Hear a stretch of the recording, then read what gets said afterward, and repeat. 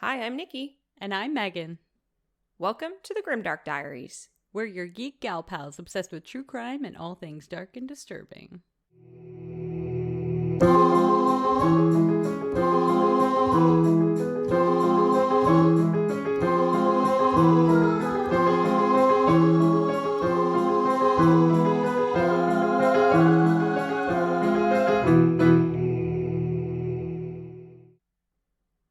Welcome back, everybody, or welcome if you are new here.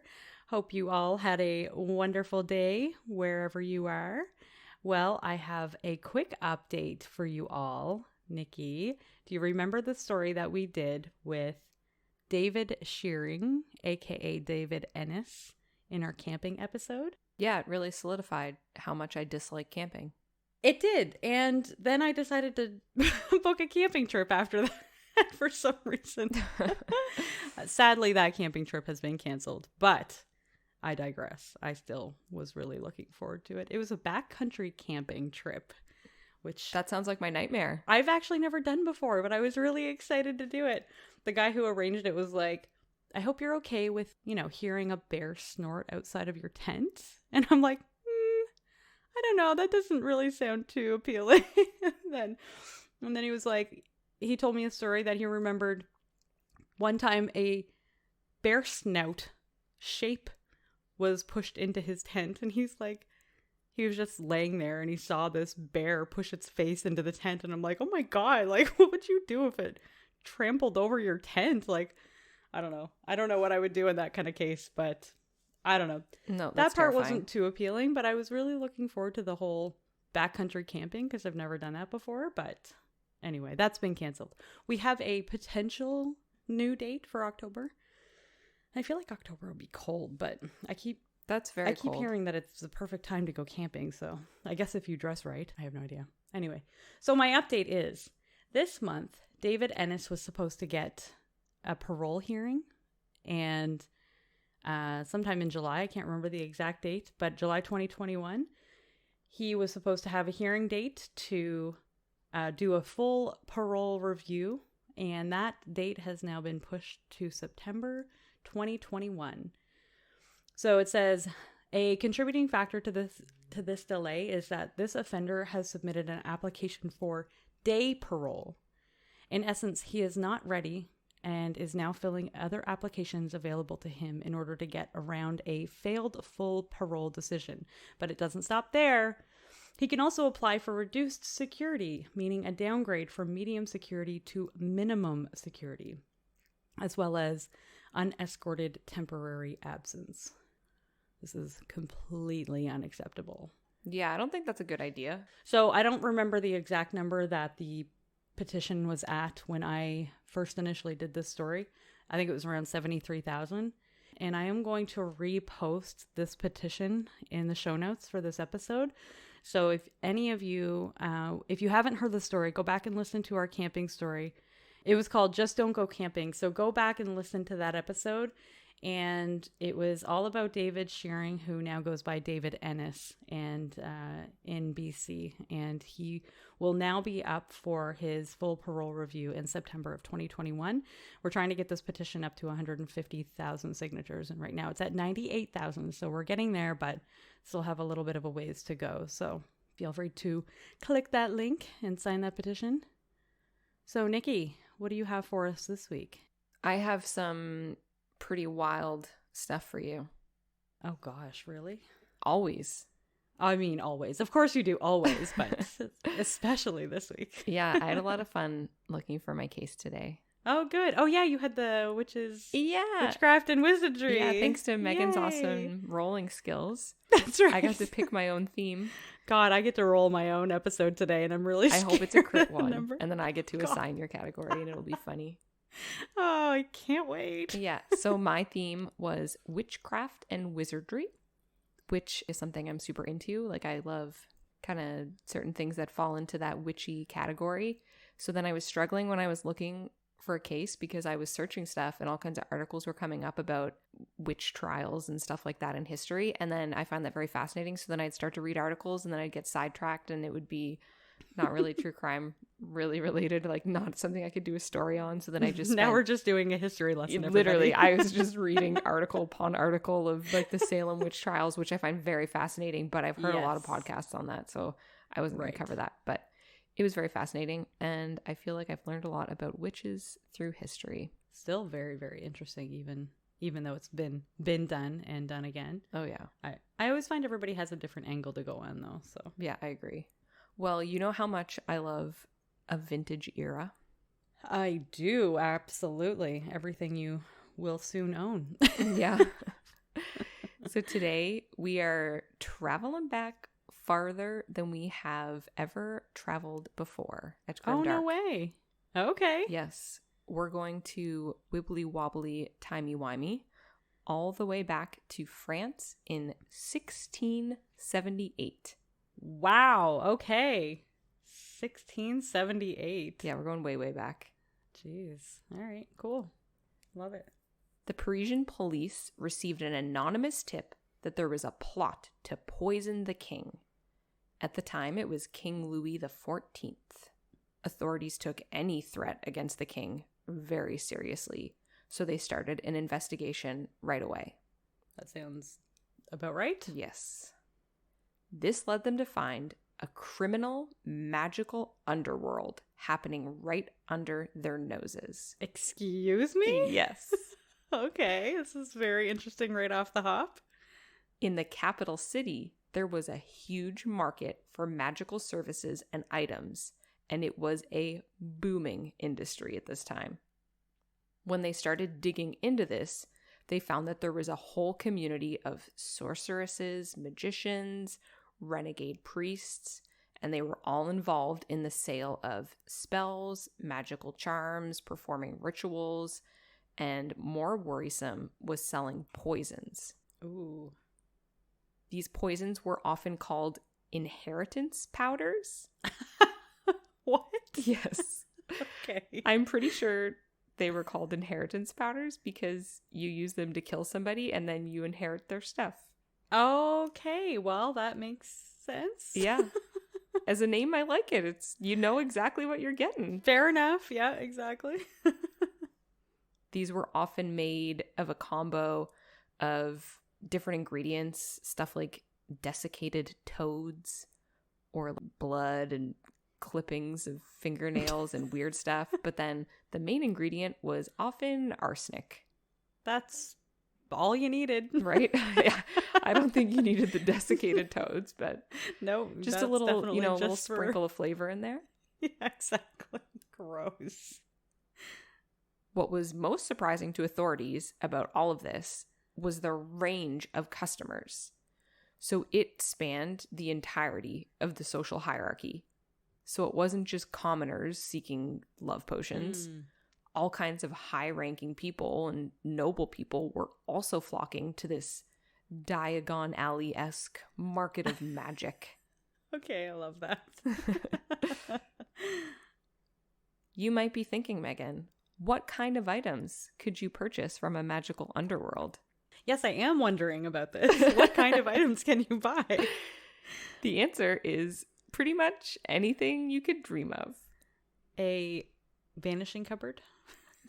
That not so much. Oh, okay. Keep your dreams a little lower. a little less magical. less ambitious dreams. It was the 1600s. They weren't thinking of vanishing cupboards. Fair enough. A lot of customers were seeking the same stuff. As per every era in history, people wanted wealth, so they'd buy charms that were supposed to make them win at games of chance. A lot of love potions were purchased, and more so spells and charms that would vanquish their rivals so that they could win the love of the person they were gunning for. Oh. Yeah. Well, la-ti-da. Aggressive way to show your affection, but just a little bit. I appreciate their passion. So they don't make those anymore? Asking for a friend. Asking for a friend, that's right.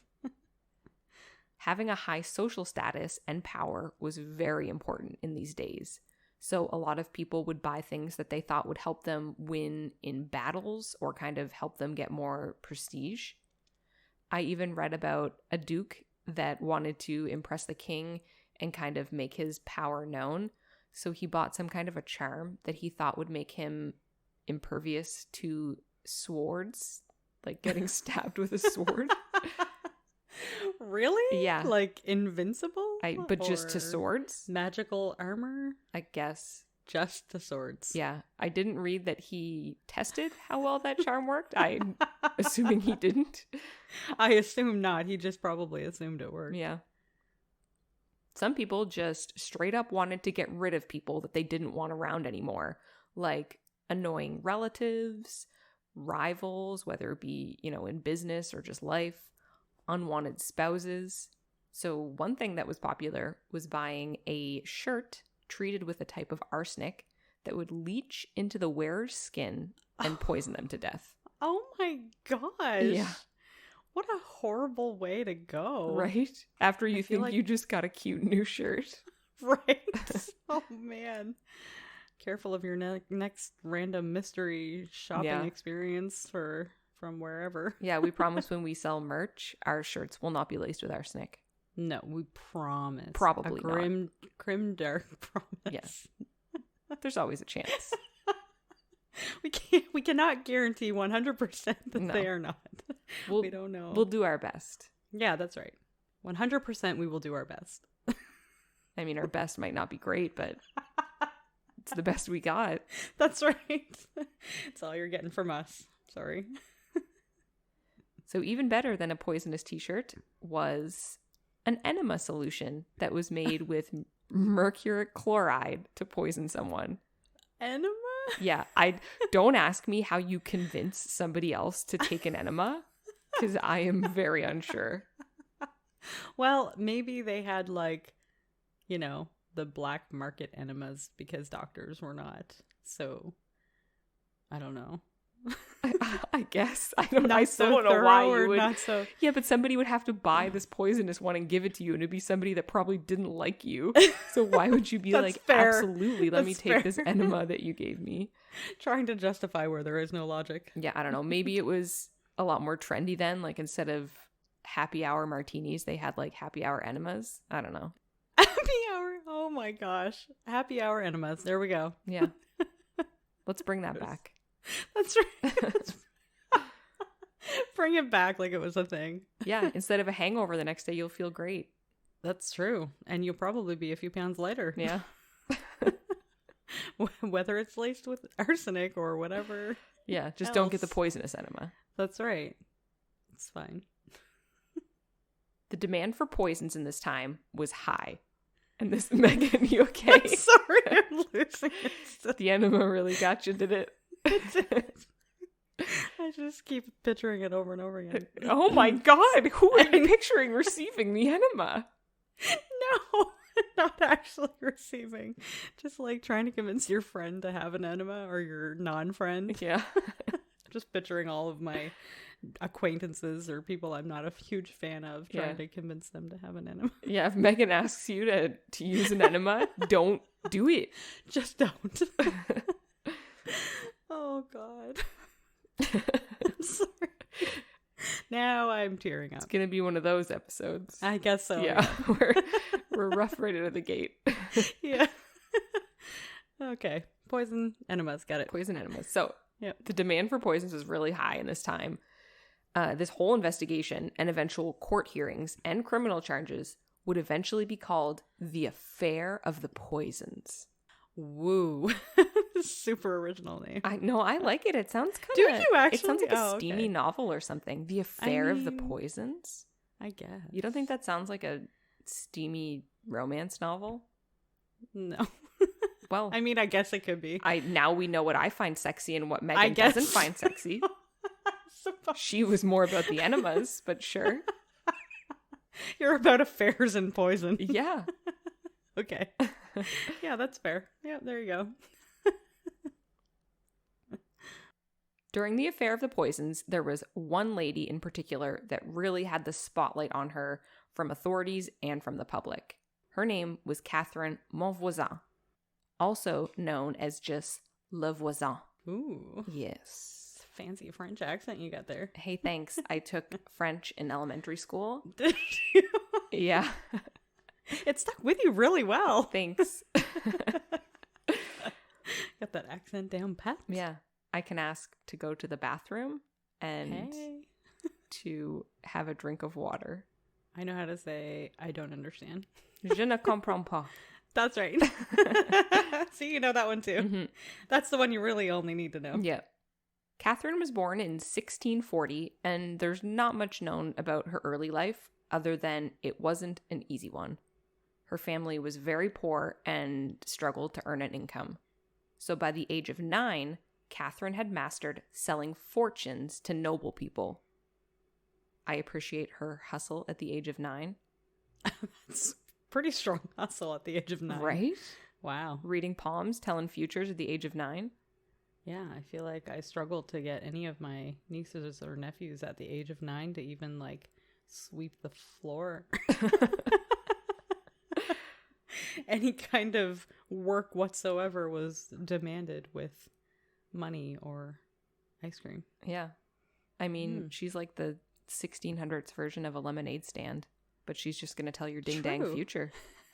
I mean, that's pretty sweet. Yeah. I'd be all right with that.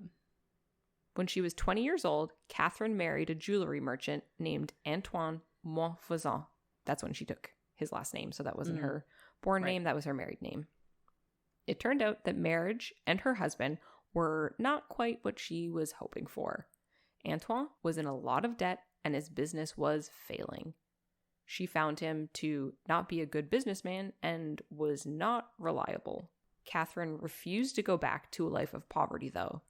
That's when she took her knowledge of palm reading and the dark arts to the next level and became a powerful witch and a mistress of poisons. Oh, interesting. I wonder how she was considered powerful. Well, we're going to find out. Oh, I'm very interested to hear. She didn't start out dabbling in poisons, though. Her first foray into witchcraft was serving the elite social circles in French aristocracy. She became very skilled at chiromancy and face reading. So chiromancy is just palm reading, like reading the lines on your palm. Gotcha. These well-to-do people were easy targets for her. She would most often have depressed housewives sitting across from her, and she'd read the lines on their face and their hands to be able to tell them how to improve their marriage or escape it altogether. She was said to have a really impressive knack for being able to pick up on people's cues when she was giving them a reading. So she would basically say something to them, and based on kind of subtle reactions she could notice, she'd be able to keep going and basically tell the people what they want to hear. Like she'd be able to tell when somebody was like, yes, that's right, kind of thing without saying it. So she made her readings very believable. Very good judge of character. Yes. A very good judge of facial expressions. She'd be good at poker, I'm sure. Definitely, yes, for sure. She also worked as a herbalist and would sell remedies for common aches and pains. Eventually, she would also offer her services as a midwife and learned how to give abortions. At this time, they were illegal, but they were also very popular because in 1600s France, it was very Catholic and everyone was supposed to be following the rules of the church. Right. But people were engaging in less than Catholic nighttime activities. What? Right? I was just as shocked as you. I don't believe it for a second. I know. That has never happened in history. Never, ever. No. So people didn't want the community or the church to find out what they were doing or who they were doing at night. Okay. So they would go to Catherine and she would take care of that baby for them. Ugh. I mean, not great, but... Nope. Definitely not. You gotta do what you gotta do. The church was very prominent in these times, and they certainly didn't approve of magic or witchcraft. But Catherine was savvy. She convinced the vicars and professors of theology at Sorbonne University that divination skills that she possessed were bestowed upon her by God. They were all picking up what she was putting down, and they were all about it. She sold it that she was using the gifts God gave her to help those in need. Now she essentially had her business endorsed by the church. So that meant people were flocking to her. What? Endorsed by the church? Pretty much, because they thought that it was a gift from God, the stuff that she was doing, or the stuff that she told them. So, like, she was a prophet. She said, Gotcha. you know, she was helping those in need, and churches like that. I suppose they do. Well, whatever brings more people to the church. Right? Catherine started noticing a lot of trends in what people wanted her services for. Most of them were women, and they wanted something from the men in their lives. A lot of them wanted a particular man to be their husband, or on the flip side, a lot wanted to kill their husbands altogether. Oh, gosh. Yeah, Okay. just to get rid of them. Sometimes because they were abusive, sometimes because they just got into a marriage that they weren't really there for. I guess divorce wasn't a thing back then. Nope. A lot of them also wanted to kill their husbands so they could marry somebody else. Oh, well, yes. I mean, of course that's the way you should do it. That's the only way. That is. Yeah, Because clearly they would never ever do that to you, just to their current spouse. Yes. They'll never find anyone else after you. Don't No. worry. You won't die the same way. There were others that wanted to inherit family fortunes, so they needed the men in their family that were entitled to it to have their forever nap, so that the women could then inherit everything. They're forever nap. Yeah. I mean, It's a nicer they way do to like say to it. nap. Yeah, That's what I say right. when I see dead animals on the side of the road. Yeah, they're just napping. Yeah, they're just having their forever nap. That is a very cute way to say that. Right? Catherine recognized this demand, so she started crafting potions to meet all of these needs. She'd grind the bones of toads with Spanish fly, human blood, and iron shavings into her own special brew. Some of the fanciest noblewomen in Parisian society would come to Catherine seeking these out. Her customers were happy, and her reputation as the go-to gal for magic items and spells was growing. Wow. Now that she had a steady customer base, she started to really take advantage of those that had a decent amount of wealth with what were called black masses. These were supposed to be like the opposite of a Catholic mass, and she would charge a very high price tag for these rituals. She would have the help of priests that were either her lovers on the side or ones that she'd employ because they had debts they needed to get rid of to support their mistresses. What? Yeah, so the priests in the Catholic Church, Oh my god. they're also up to the nighttime shenanigans that everyone else is up to. The most unsavory time. Yeah, I'm pretty sure that's just all time. I mean, it could be. I just like to live in my own little innocent bubble here.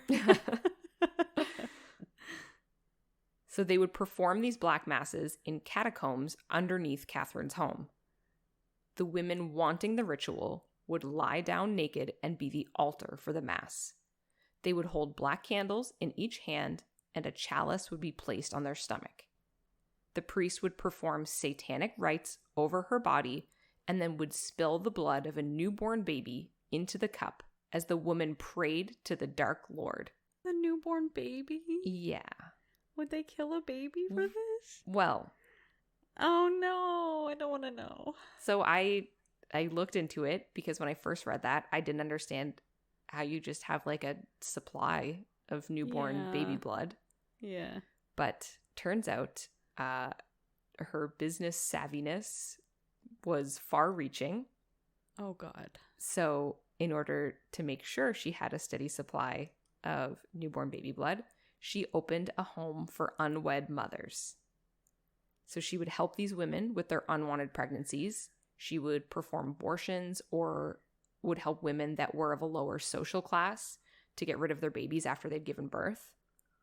I didn't know if she would tell these women like, oh, I'm going to rehome these babies, like they'll find a new family, or if she was telling them what she was doing. I don't know. I couldn't. Oh. I mean, it was the 1600s. Records aren't. No. They're not the best. But it sounds like she would be the type to say she would be rehoming them. Probably. I mean, that'd be the smart play, and she wasn't an idiot. Right. That's so sad. Right? But the women that came to her were women either looking to avoid a scandal because they got, pregnant by someone they shouldn't have, or women that just couldn't afford to raise a child. So they were thankful that Catherine was helping them. She didn't charge these women for the services. So to them, she was kind and charitable doing this for them. To fund this, she would charge the wealthy noblewomen that came to her extra for all of the spells or whatever it was they were hiring Catherine for. And then she would use that extra money to run the home.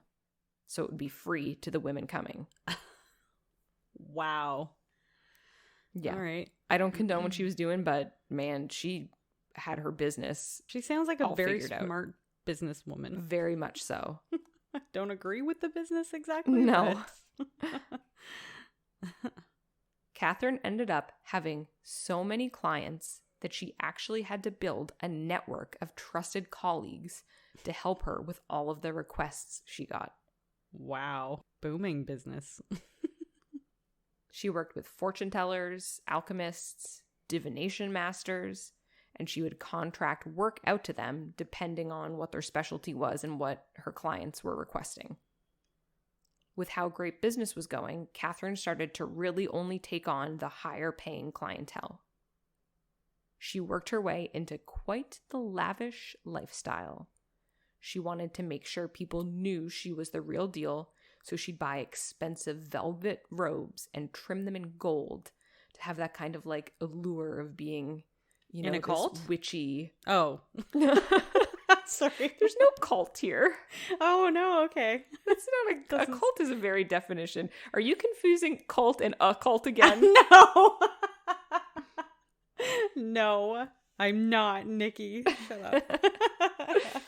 I meant the robes part. I could go for some velvet robes. I wouldn't say no to some velvet robes trimmed in gold. Were they white? No, I think they were red or purple. Mm-hmm. Does that matter? I like white clothing. I don't think someone practicing satanic rituals would probably wear a white velvet No, robe. that's fair. Also, the blood would just stain it and it would just be horrible. Exactly. I'm pretty sure they were red.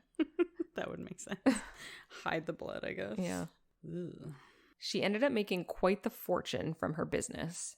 She would meet with clients all day and then would host parties with fancy violin music in her gardens at night. Her parties would be attended by Parisian upper-class society. So she was pretty much living her witchy dream life, coming from, you know, such a poor family growing up. Was she still married? Yes, she was. Oh. They had children, too, but she had lovers on the side. I mean, of course, the priests. Yeah. She was now very intertwined with the upper class and high society folks and was referred to now as La Voisin. But the most important client would be Madame de Montespan. She would eventually become the official royal mistress to King Louis XIV of France. Official. Yes. They make them official, do they? Yeah, they do. Like, Oh, actually. Okay. Yeah, it kind of sounds like it means he can just, like, take wives, and then when he gets sick of them, he can just take a new one. Wives? Wait, but a mistress is like a woman on the side Right, of his wife. but it would be, like, official mistress. So, like, she would attend, you know, royal court with him, and they would have children, and she would live with him in his fancy place, and then when he wanted a new one, it's just a mistress. So it's not like he was breaking a Catholic rule of divorce. Not that Catholic rule anyway. I mean, I don't know the intricacies of the royal court of King Louis XIV in the 1600s, Megan. I was whatever researching he says witches. they should be. Yeah. Fair enough. So before she was his official mistress, Madame Montespan would often send her companion to communicate with Catherine while she tried to win the king's favor. The king currently already had a mistress, so Montespan would buy love potions from La Voisin to make the king fall in love with her. Montespan wanted to fully win the love of the king, so she hired Catherine to arrange a black mass. During this ritual, she would pray to win the love of the king. The same year, she did become the official mistress of King Louis. Wow. Okay. So Catherine delivered. I mean, did she though? He could have just married her. From what I heard, she had a very like larger than life personality. Like people really loved her. You know what I mean? Oh, So really? Yeah. I don't think it was the Black Mass and she No. was already talking to him and like 1600 chilling with him. Netflix and chill, but 1600s version. Next Netflix. Whatever that is. What kind of Yeah, that's entertainment right. did they have then? Hanging? Public hanging and chill. I would say a jester. Jester and chill. Oh no, that's Jester and chill. After this, her faith in the magic of Le Voisin was fully established, so she would employ her whenever a problem occurred in their relationship. So Catherine was pretty much the official witch to the king's mistress. Wow. Yeah, that would make a really great business card. Very. Put it right on the card. Yeah. I feel like that's all the credit you'd need to get new clients. You'd be like, well, I am official witch bitch to the mistress. It's perfect. Yeah. Yeah, that's all you need. Montespan would eventually she would stay with the king for, I believe it was just over 12 years. In 1673, the king's interest in Montespan started to dwindle. So she again hired Le Voisin to perform a series of black masses to win his love back. She also bought a bunch of aphrodisiac potions to drug the king with. Oh, jeez. Yeah, she would mix them into his food. Wow. By 1677, the rituals and potions were just not cutting it, and Montespan made it clear that if the king abandoned her, then she would have to kill him. Oh my gosh. Yeah, aggressive. Yeah, that's a little bit of an escalation. Yeah. Yeah, most people are trying to kill their husbands to get rid of them, but she's Right? the opposite. If you leave me, I'm going to kill you. Yeah. Jeez. By 1679, King Louis had started a relationship with another chick. So Montespan hit up her witch on speed dial and asked her to have both of them killed. Catherine hesitated, but then agreed to do it. She employed some of her trusted colleagues, and they came up with a plan to poison a petition and deliver it to the king so he would have to hold it in his hands, and then the poison would get on his skin. Catherine brought the petition herself to the royal court to ensure it made it into the king's hands. But the day she went, there were too many petitioners, so the king ended up not taking it, and the plan fell through. So she headed home to come up with Kill the King Plan B. At this time, though, Le Voisin was not the only one dabbling in poisons and witchcraft. Like I mentioned at the beginning of this, there was a booming magical underworld. Lots of people were selling poisons and potions, so the city's best-kept magical secret couldn't last forever.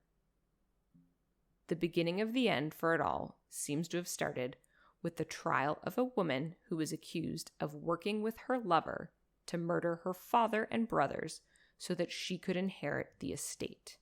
Oh, wow. That's no small task. Right. And she ended up getting caught for this and went to the courts and got charged for it. And so then once this woman's sensationalized case went to trial, authorities started looking at other death cases that were very suspicious and wondering if they could also be poison as well. Mm-hmm. Because this was the first time that it was like, it came out that there was a poison. So then they were like, we've had these other deaths that were very suspicious. Mm-hmm. Maybe these ones were poisoning as well. Mm-hmm. This hype was enough to start the rumor mill turning, and people started to worry about being poisoned, especially those in positions of power. Right. King Louis even got wind of this, and he became very paranoid about being poisoned. He even had his servants become food tasters for him to test for poison with every meal. I believe it. I've heard of that happening before. Yeah, that's the worst job ever. Poison taster. Can you food imagine? taster. Food taster for poison. Yeah. Not only do you only get one bite of food, which is just a tease, Yeah. but you might die. Yeah, not worth it. No. No. You don't even have Although, a full what is belly. the alternative if you chose not to? They'd probably kill you. Yeah, so you either die or you potentially die. Yeah. And you get one bite of food. Okay, That's maybe it's not right. so Yeah, bad. that's Okay, the way let's go they glass swing it. half full. Yeah. That's right. And I'm sure if it's the king's food, like, it's got to be the best food. Right? This is how we turn the corner from half glass empty Yeah. to half glass full. I'm going to add that to the list of jobs I want. That's King's food poison taste tester. just put it out there for all the kings and queens in the world. Yeah, if you need a food taster, come at me.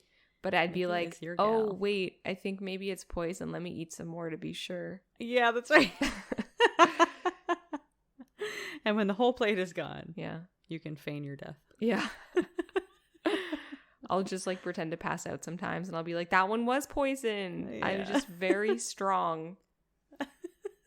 I'm just so sure. I have an iron stomach. Yeah. The real start of the affair of the poisons started in February of 1677 after the arrest of Magdalene de Lagrange on charges of forgery and murder. In order to save her own butt, Lagrange claimed that she had information about other crimes of high importance, and she started to spill about everyone else in the magical underworld.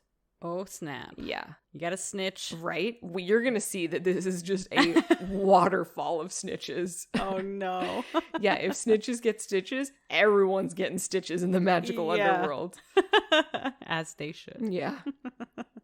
The chief of the Paris police started investigation of potential poisoners, which brought on a whole buttload of accusations of witchcraft and murder. One thing I read about Miss Lagrange that I found was very clever was she wanted to get into this, business of poisoning, but she realized once she tried to get into it, it was already booming. So then that makes it hard to earn a lot of money, like some people like Catherine were, because the market was already very saturated and people are going to go to the best of the best to get their poisons. So of course. she was also business savvy, and she decided to seek out wealthy people, and she would tell them she thought that they had been poisoned, and then she would sell them antidotes to poisons. No. Oh my gosh. Yeah. Wow. Yeah, so she made a whole Okay. counter market to go with the poisons market of antidotes to poison. That is awesome. Yeah, and most times the people were not poisoned, but if somebody tells you, like, I think you've been poisoned, give me money and I can fix that so you don't die, you're going to do it. Well, and, scamming people may not have been, like, a big thing back then. No, So I you feel don't like it really wasn't. think- you kind of take people at face value and you kind of, oh my gosh, I've been poisoned. Yeah. Yes, please give me the antidote. I I'll give feel you like whatever if you want. people are taking enemas from friends, then they're not they're not That's worried fair. about scams. No, Maybe that's what she'd seek out. She'd be like, did you have an enema recently? You might need this Definitely antidote. been poisoned, yeah. I also need to give you an enema to give you that. Yeah, maybe that was it. She sold antidote enemas. Oh God, I'm regretting all of this. Authorities started rounding up fortune tellers and alchemists that were suspected of selling not only spells and poisons, but also performing these magical rituals and these black masses. Some of them, under torture, confessed and gave the authorities lists of their clients who had allegedly bought poison to either get rid of their spouses or rivals in the royal court. Under torture? Oh yeah, they tortured. I guess that's a big thing in the, police academy. Yeah, in the 1600s it was. Yeah. I read that some of the people too, under torture, they ended up dying, and then they were like, whoops. Oh my God. Like they were torturing them to get confessions, and they ended up killing them, and they'd be like, What? whoops. Okay. Yeah. That's a bit excessive. I also read that they would bring them to court, charge them, they would get convicted of the crime, but then Yeah. they still wanted them to confess.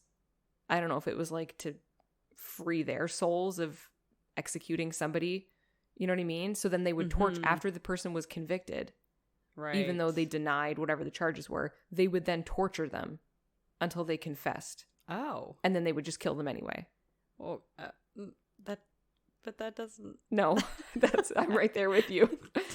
does not compute. No. I don't know. The only why thing I can that- think is that they were trying to make themselves feel better, to be like, oh, well, they confessed, they're guilty, so if we execute them, it's no bad on us. They I'm were just making gonna that get theory executed up. anyway, maybe. Yeah. Oh, that's weird. Yeah. Very bizarre. With everyone kind of spilling who was selling who what, the authorities were eventually led to arrest Marie Bosse. She was a palm reader and also graduated to making and selling poisons. And apparently she became very loose-lipped when she got tipsy. Uh-huh. What, did they get her drunk? Yeah. Well, I guess she got drunk and then like told people. Oh. Yeah, because they were trying to like arrest her, but they need some kind of proof. And then she got drunk and she was telling people that she was super loaded rich because she was selling all these poisons to noble people. Oh, Lord. Yeah, not bright. No, not at all. Police investigated her home, and there they found a whole chemistry setup with ingredients like Spanish fly, nail clippings, and dried menstrual blood, and a ton of arsenic. Mm-hmm. There's the key ingredient. When they questioned her about what they found, she told them she was just combating her boredom by attempting some casual chemistry. Mm-hmm. But she said she would be more than happy to lead them to the real masters of poison in the city. Catherine. That's when Marie name-dropped her biggest rival in the poison-selling game. Mm-hmm. Catherine, a.k.a. Le Voisin. I knew it. Yeah. The whole time, the two ladies were heated rivals in the business, competing for the wealthiest clients, so she had no problem throwing her name out. I guess they had a lot of bad blood in between them. Like, it was like a real rival. Mm-hmm. Well, if I'm going down, you're going down with me. 100%. Yeah. Our mistress, Madame Montespan, even had her name given up as someone who participated in the purchase of these magical items, which was especially worrisome because it was to bewitch the king. Right. But the idea that the king's mistress might turn to illicit magic to win the king's heart didn't seem possible from the people investigating the affair. Oh, that would what? never happen in royal court. Oh my gosh. Okay. The king never made an official statement on if he thought she did it, but it's kind of worth noting that both Madame de Montespan, her tenure as the official mistress, and the affair of the poisons came to a close in the same year. Mm-hmm. Most of the French nobility, including Montespan, escaped punishment thanks to King Louis XIV, because he worried that if people learned the truth, that his court was just filled with, liars and murderers and people that were participating in witchcraft and these rituals, that the peasant class would rebel, or what he saw as worse, that England would use the scandal as a reason to invade. Oh, interesting. Yes. So all of the common people that got ratted out for participating in this witchcraft, they got punished, but all of the high-ranking noble people and higher social classes, they did not. This investigation of the affair of the poisons got so big that King Louis XIV appointed a special judicial commission in 1679 to try those suspected of trafficking in magic or poisons. Its magistrates carried out its judgment in a dark hall. The windows were draped in black cloth, and the only light provided was by flaming torches.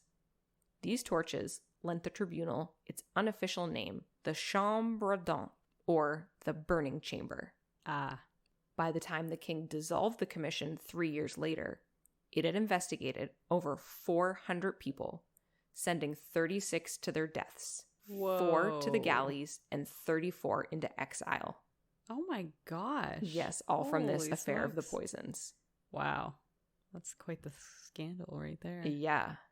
So it took 3 years for them to go through all of the people. Sounds about right.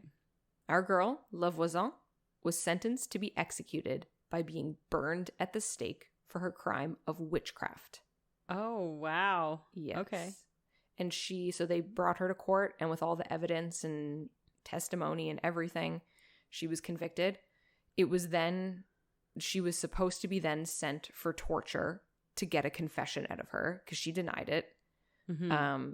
But then records show that they don't think that she actually got tortured, that they were just like, oh, well, I don't. Well, she was such a prominent figure. It was almost like she was noble at that point. Honestly.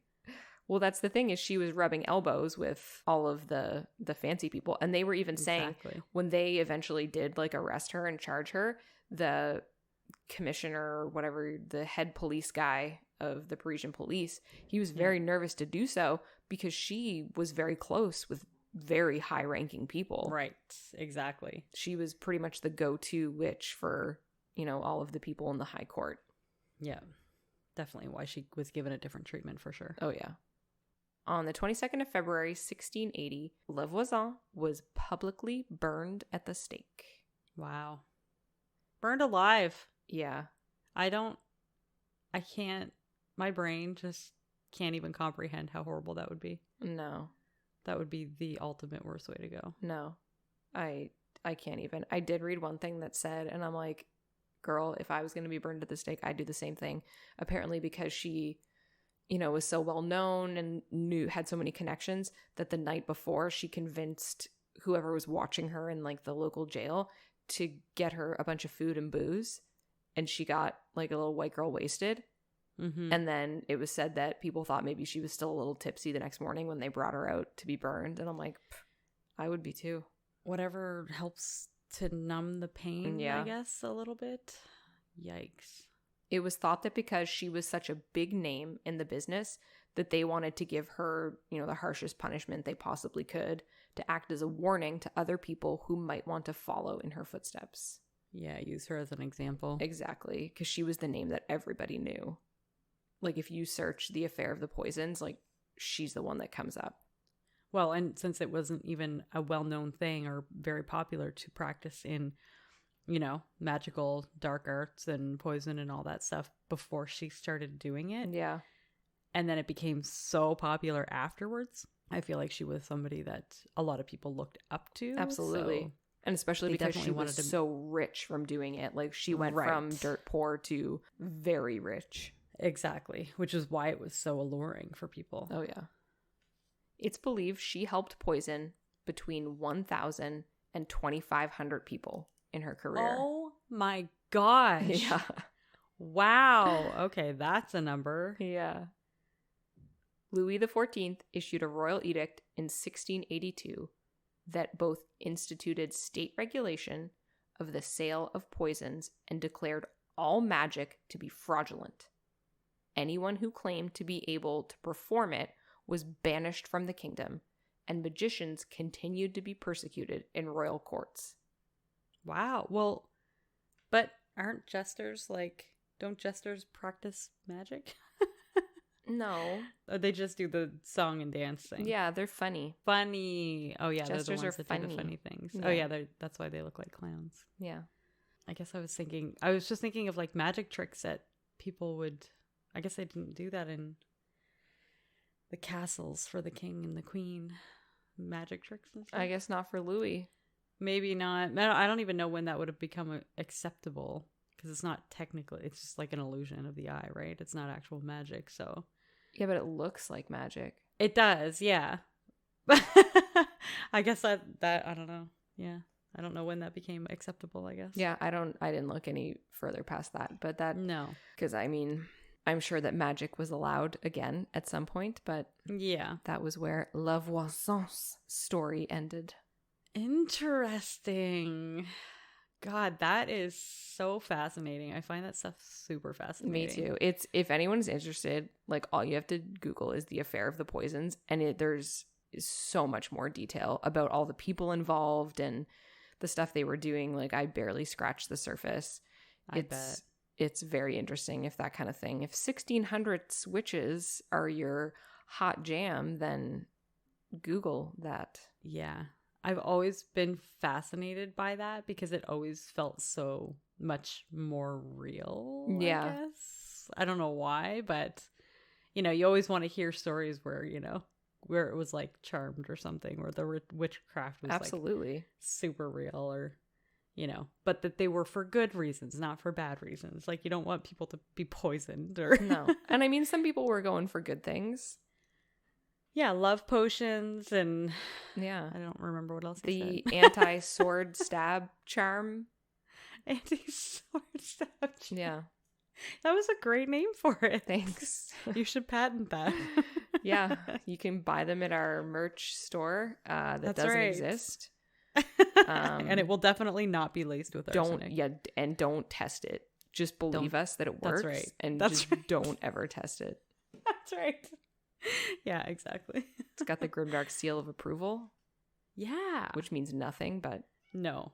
it would probably not. look cute. I don't know what it would look like at this point, but it definitely, I feel like, would definitely be a mixture of us in cuteness. Well, I have no idea what that means, but I don't either. I'm sorry, I'm distracted because I hear my cat meowing in the background, and I apologize if you can hear her.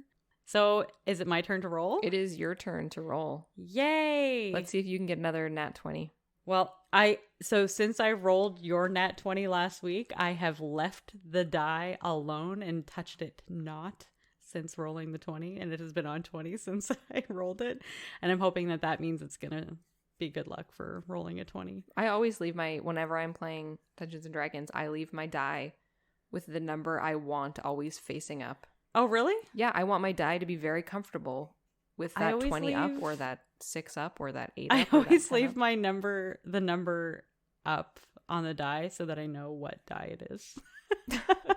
I mean, that would also be the same thing because it would be the highest number. Yeah, exactly. It'll be the highest number. But sometimes you don't want to roll high. I mean, not when we're playing 2E. No, that's right. Okay, I'm going to roll. Ready? Did you hear that? Yes. What is it? It's a 9. I mean, it's okay. It's not bad. I will you take would a 9. fail any check you had to just do. So Shut I'm up, going to Nikki. count it. I'm trying to be half glass full here. Oh. All right. Not keep that 9. Okay. What is a 9? A crime in plain sight. Ooh. I don't. Find a heist. I love a good heist. Ooh, that's actually a good idea. Yeah, and then we're jumping away from the murder a little. Then it's a murder break. Yeah. That's true. We could. Yeah, it doesn't have to be about murder. No. Every time. Did you ever hear did about a really good story? The giant about murder. maple syrup heist that happened in Canada? I actually, well, I heard about it, but I don't know much about what happened. I just heard that we had a bunch of maple syrup. Was it in trucks that were stolen? It was like barrels of maple syrup, and they replaced some with water and stuff. And it was like a lot of money worth of maple syrup. I've heard a lot of US podcasts cover the story because they're like, oh my God, maple syrup in Canada. It's so perfect. Right. It's like the most stereotypical story. The next one would be about a bunch of beavers or something. Yeah. You know what? I don't know if I've ever seen. That's a lie. I did see a beaver at the wildlife park. I take everything I just said back. I was going to say, I don't think I've ever seen a beaver, but I totally have at the wildlife park. Every time I go hiking with my dad, and we always go to try to hike towards like brooks and rivers and waterfalls and stuff like that, he always points out the beaver dams. Oh. And there was one time where we were actually at one of the rivers by one of the trails that we were walking on, and we were looking at the river, and there was a beaver near us. And what they do when they get threatened, when they feel like they're being threatened by you, is they start slapping their tail on the water. Oh my God. So they're like frantically slapping water in your direction. I'm like, oh my gosh, what's happening? I've never seen this before.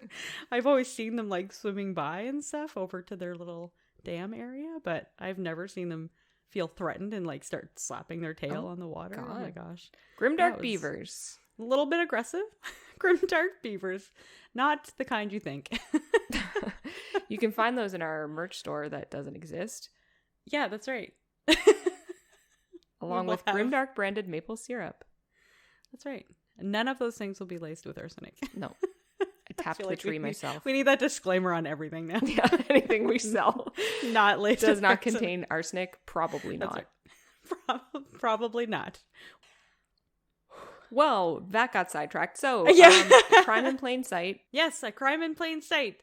So, we are on social media. So if you would like to follow us on social media, you can find us on Instagram and Facebook at The Grimdark Diaries. And we are also on Twitter, but we're only without the Grimdark Diaries on Twitter.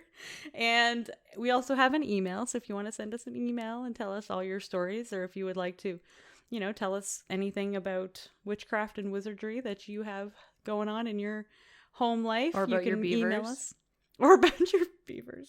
Please keep it PG rated. We are at thegrimdarkdiaries@gmail.com. And if you have Apple Podcast, we would absolutely love it if you could comment and give us a 5-star rating. Those really help the algorithms. If I could speak, that'd be great. It really helps the algorithms on Apple, and it gets our name out there. It starts promoting us a little bit more. We would love to keep doing this. If you can follow us or subscribe on any other podcast platform that you listen on, that would also be much appreciated. So join us next week to see what I come up with for A Crime in Plain Sight. And remember, a friend in the dark beats alone in the light.